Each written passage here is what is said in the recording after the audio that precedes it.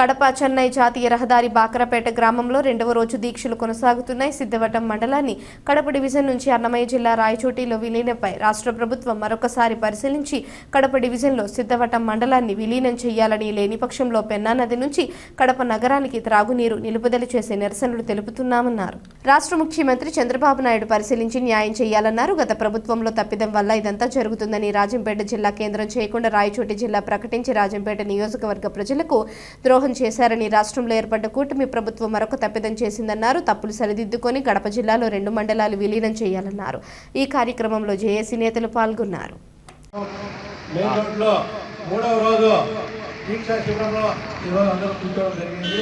ఈరోజు ముఖ్యంగా మన ముఖ్యమంత్రి చంద్రబాబు నాయుడు గారికి ఈ సభాముఖంగా తెలియజేయడం ఏమనగా, ఆ సిద్ధవటం మండలం కడపకు దగ్గరలో సరిహద్దులోనే ఉంది, దూరం కూడా 1 కిలోమీటర్ కూడా లేదు.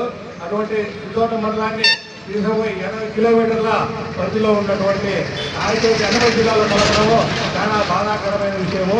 ఈ విషయాన్ని దృష్టిలో పెట్టుకొని ప్రజల యొక్క మరో అభిష్టానికి అనుకూలంగా ఈ సిద్ధవటం మండలాన్ని, అలాగే దీనికి సంబంధించిన ఒట్టిమిట్ట మండలాన్ని కూడా మన కడప జిల్లాలో కలపాలని ఈ సభామూలకంగా మరీ వేడుకుంటున్నాము.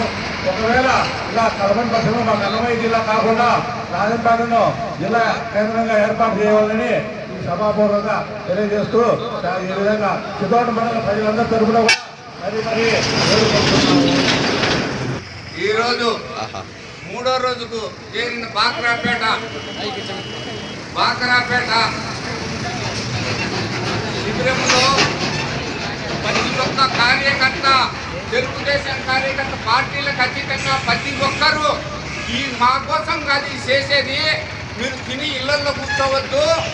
ప్రతి ఒక్క కార్యకర్త ఈ 8 రోజులు ప్రతి ఒక్క ఇంటికి వచ్చి మనసు పూర్తిగా ఇక్కడ కూర్చుంటే రేపటి భవిష్యత్తు, మన బిడ్డల భవిష్యత్తు బాగుంటుంది.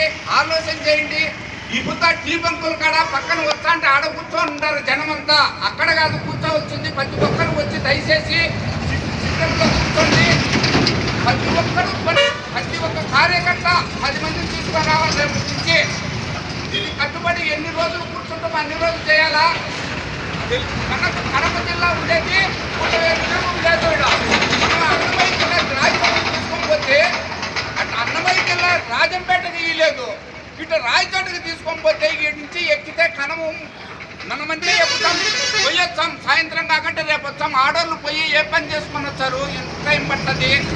కాబట్టి అధిష్టానం గమనించి, జిల్లా కలెక్టరు అందరూ గమనించి, మమ్మల్ని కడపలో ఆనుకొని ఉన్నాం కాబట్టి దయ ఉంచి కడపలో అన్నా కలపండి, లేదంటే తీసుకుపోయి రాజంపేటలో వేయండి. ఈ రాయచోటి మాత్రం మా గొద్దు దయ ఉంచి, ఇదే జరిగే కాలంలో నీళ్ల సమస్య ఖచ్చితంగా వస్తుంది. మా సహనాన్ని ఓర్పుగా మీరు పరీక్షించొద్దు. మాకు అన్యాయం జరిగినప్పుడు మేము దేనికైనా సాగుకైనా తెగించే లింగంపల్లి కాడ నీళ్లు కడపకు బిగించేది వాస్తవం. ఇది ఖచ్చితంగా జరుగుతుంది, ఇది రాసి పెట్టుకోండి.